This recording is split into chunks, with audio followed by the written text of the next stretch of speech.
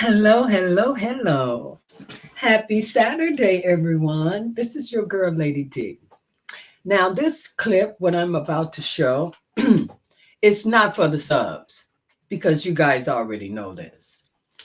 I'm actually making this video for the people that believed that that was the correct tape and that convicted Robert. It's important to me that they see that this was a case that was remanufactured because for whatever reason the government was not satisfied with their jury, I'm sorry, back then. So please listen closely to this and listen to this juror very closely, and then when this is over, I'm going to ask you a question. Give me a minute. I hope you guys are having an awesome day. Hold on. Let me see.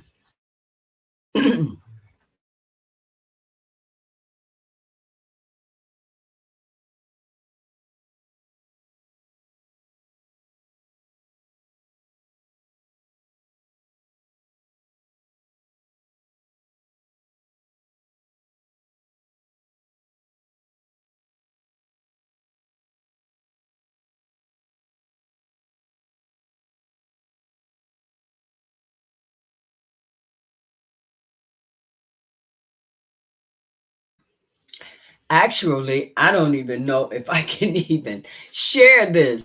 But I earlier this morning I received. I don't know if some of you guys familiar with rated R. So radio. It's wrong with you this morning, this evening. What damn time of day is it? This afternoon? All right. Rated R tagged me. And, he always tagged me when he comes on. But I'm always in a situation where I can't, you know, check him out, go and see what's going on.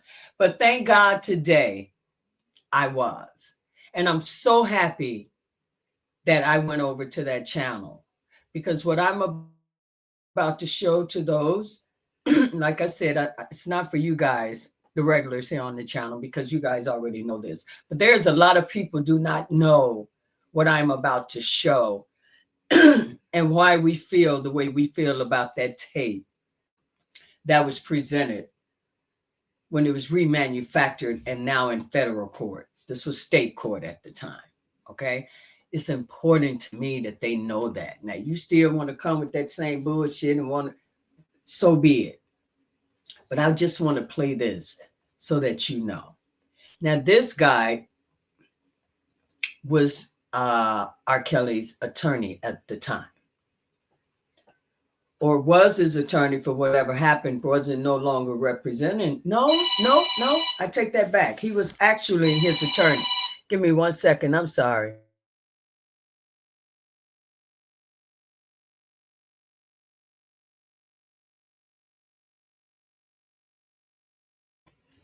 Sorry about that. All right. So yes, he was. I take that back. Uh, he represented R. Kelly during this case. But just listen to him, and he's a well-known attorney. And when this is over, I gotta say what I have to say to those that believe this crap. This what they have done to this man. Gave that man 21 years on some bullshit. For real, for real. Okay, here we go. Oh, rated R. Rated R. I'm just playing this clip. This is educational purposes and all that good disclaimer. I'm not trying to take your content. Please do not think that's what's happening here. When I was on your channel, I saw this. I was like, oh my God, because I came in actually right at this point. So, it just blew me away. I was like, wow, I need to put this shit on the channel. I know I probably have it in my library some damn where, but I have so many new people, and I'm not sure if they're here because I'm going in this new direction, or and don't know how I covered Robert and how he's still #1 on this channel when something comes up, they may not know and may have some sort of feeling about something. And this, I'm hoping, will also enlighten them as well. But all new subscribers, members, thank you guys so much for believing in your girl. Truly, truly appreciate it. And coming hanging out with me. And you probably end up getting tired of me because I'm here now. You know, I don't know when I'm coming on or when, but you may end up getting tired of your girl, okay? Because I have a lot to say. And this is how I can get it out, by coming on here chatting with you guys or uploading these videos. So here we go. Please leave a comment about what I'm about to show you and what I'm going to say after this, okay?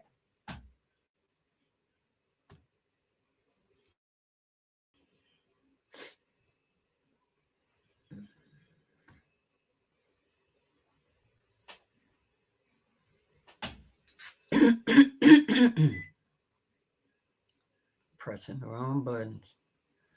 Okay. Oh, wait a minute.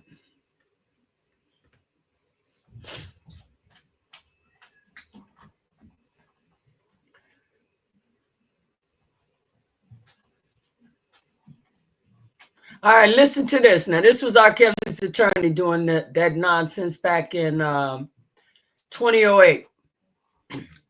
Sam, I can't think of his name. Sam something. Artist has the chutzpah to call in a 34-year-old, basically unknown lawyer to come to his defense and take a look at it and represent him. And because you got to remember what we as lawyers do. It's as if they're standing there, but they're talking through us. And to put that kind of faith in me on a world stage, I was honored to do it. And then when I got in it and took a look at it and talked to the witnesses and saw the tape and then saw and truly believed that the state could not prove beyond a reasonable doubt the charges and knew it, I think I had an obligation as a member of the bar to take that case and do what the Thurgood Marshall say, you do the best you can with what you got. And it turned out that we were pretty successful. To this day, people who weren't sitting there and saw it, who say, look, I saw the tape and all that, didn't see the experts testify that those tapes very well were doctored, that those tapes were very well, the pixels were off and there were moles missing on him that he actually had. They didn't see that evidence. So to say that, I'm just not being truthful when I say it very well could not have been him, and certainly the government couldn't prove that it was him, they certainly didn't sit there and go through it. And that jury came back with a finding of not guilty, that the state did not prove him guilty beyond a reasonable doubt. And so for all those reasons, I was very interested in that case. You mentioned the tape. The public, as well as the jury, has some strong opinion regarding the R. Kelly alleged sex tape, which the prosecution thought it was a slam dunk. Some people thought it was a turning point because of the alleged visual evidence. However, it was opposite of that. Why do you think it was opposite? What was the turning point that made it? You mentioned the graphic nature of moles, the blips on the videotape just a few minutes ago. What was that turning point? Well, I'll tell you right now, a couple of things. One, there were problems with the tape. But most importantly here is they never brought in the alleged victim in the case. And she went to, I can say this now, she went to the grand jury and testified, that's not me on the tape. And then her mother went to testify, that's not her on the tape, that's not her. Then her father went to the test, that's not her on the tape. And the government never brought her in to say otherwise, or at least show the jury the girl on the tape versus the girl in person. Never did that. Now, how do you think about this now? Not just entertainment-wise, but in a court of law, our judicial system is based upon the premise that because the government has all of its resources and power behind it, they have to prove one of their citizens guilty beyond a reasonable doubt before you can take their freedoms away. How can you possibly have a young girl that you're saying is the victim of something as heinous as this and never bring her in for the jury to see? That's reprehensible. if you're truly trying to take freedom away from somebody, if you're really going to have them, and especially someone like R. Kelly, who's a known figure in the entertainment community, who has millions of dollars at stake, think about that. He could have lost millions upon millions of dollars in endorsement, and the government has a responsibility to prove its case. Yet they don't call the young girl in. I'm not here to denigrate real violence. I'm tired of real violence. I'm not here to denigrate sexual assault. I'm tired of seeing people sexually assaulted. These women out here need a voice for them. There's no question about it. But that's not what we were there for. We were there to determine whether or not the government can prove if Robert was the individual who did this to a particular young girl. Now, that's what happened in the case. And the jurors came out and said it afterwards. See, what happened here is they brought in 18 or 19, right out here in Oak Park, witnesses that came in and said, I know her, and she was beautiful, and she was a lovely young girl, and for someone to do these things to her is terrible. And I started cross-examining each and every one of them. Not hard, but very, very, very softly. Tell me what you knew about her. And they went through and told her this is a lovely girl, wonderful girl, great girl.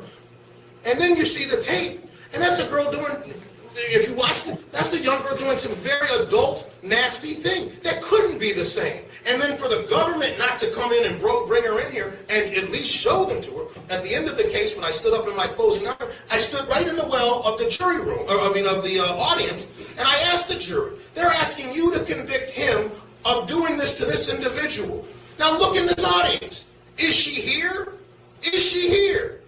And if you don't know, because they didn't bother bringing her in, how can you convict a man of something as this as this? Come on now. And the jury understood that. There's a responsibility, government, and that's one of the problems with our people, and I see it day in and day out. They don't take that seriously. That government has a responsibility to us. They work for us, man. We don't live for them. Government's supposed to be there to protect us. When you talk about a congressional seat, that's our seat. That ain't Ted Cruz's seat. When you talk about a state's attorney, that ain't a state's attorney's seat. That's our seat. And when you talk about prosecuting a man for crimes that he's been charged with, man, those prosecutors are our prosecutors. And they better darn well make sure that they can prove a case beyond a reasonable doubt, because it's our citizenship that we're talking about. And that's why I think R. Kelly's a very important case. Not because of the salaciousness and the dirtiness. That's what people want to talk about. But when you really start understanding the fundamental nature of what we are talking about when it comes to our legal system, this is too important to be cavalier. This is too important to take in a facetious manner. We've been saying that. So, when people always ask me about art, and I start preaching, and it's, man, I don't want to hear all that, man. Yeah. So if you don't want to hear all that, I understand that. But that's the fundamental truth of who and what we have to understand where we are and we should be about. Superstar not guilty of videotaping himself having sex with a minor. Guilty. Kelly was charged with 14 counts of child pornography, but jurors acquitted him on every charge. ABC7's John Garcia is here for a closer look at the case. John?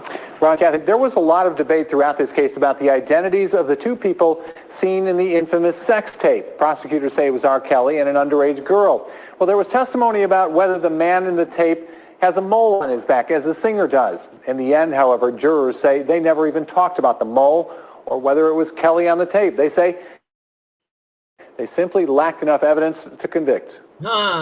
When he left home this morning, R. Kelly had no idea when he'd be back. His fate was in the hands of jurors who could have sent him to prison for years. Instead, tonight, they set him free. Word for the press, please! He had a wave to the media and fans waiting for him. His burden lifted after being acquitted on all 14 counts of child. Now, mind you, this is the same damn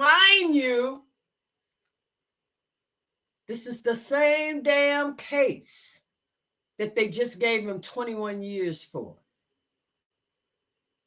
The same damn. Now, my question is, did you keep hearing what he kept saying? It wasn't sufficient evidence. It wasn't you kept hearing that over and over.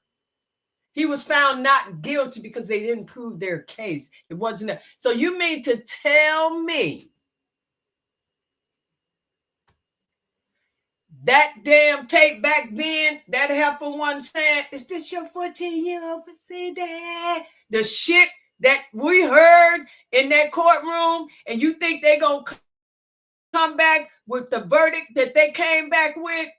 Give me a break, okay? That's why I wanted to show that. They didn't have it then, so now all of a sudden, now she's saying it's her. Now there's calling out your age, 14. Isn't that so magical all of a sudden? That magic number 14. I wanted to play that for those that think this man deserves to be where he is. He is not. It's the same damn case. So what was so damn different in this time than it was back in 2008 when they snuck the shit into this case, the federal case? Because the other charges that they concocted, all that over, they knew those charges was going to be dropped. They knew that, but they had to get this one back up in there. But what is the difference? It's the same case. Do you get what I'm trying to say? So if he was found not guilty on 18 damn counts back then, because this is the original tape, but you found him guilty and gave him 21 years on this one, you guys got to make that make sense to me. Please, please leave me a comment. I just had to show that. Chat with you guys again soon. Bye-bye.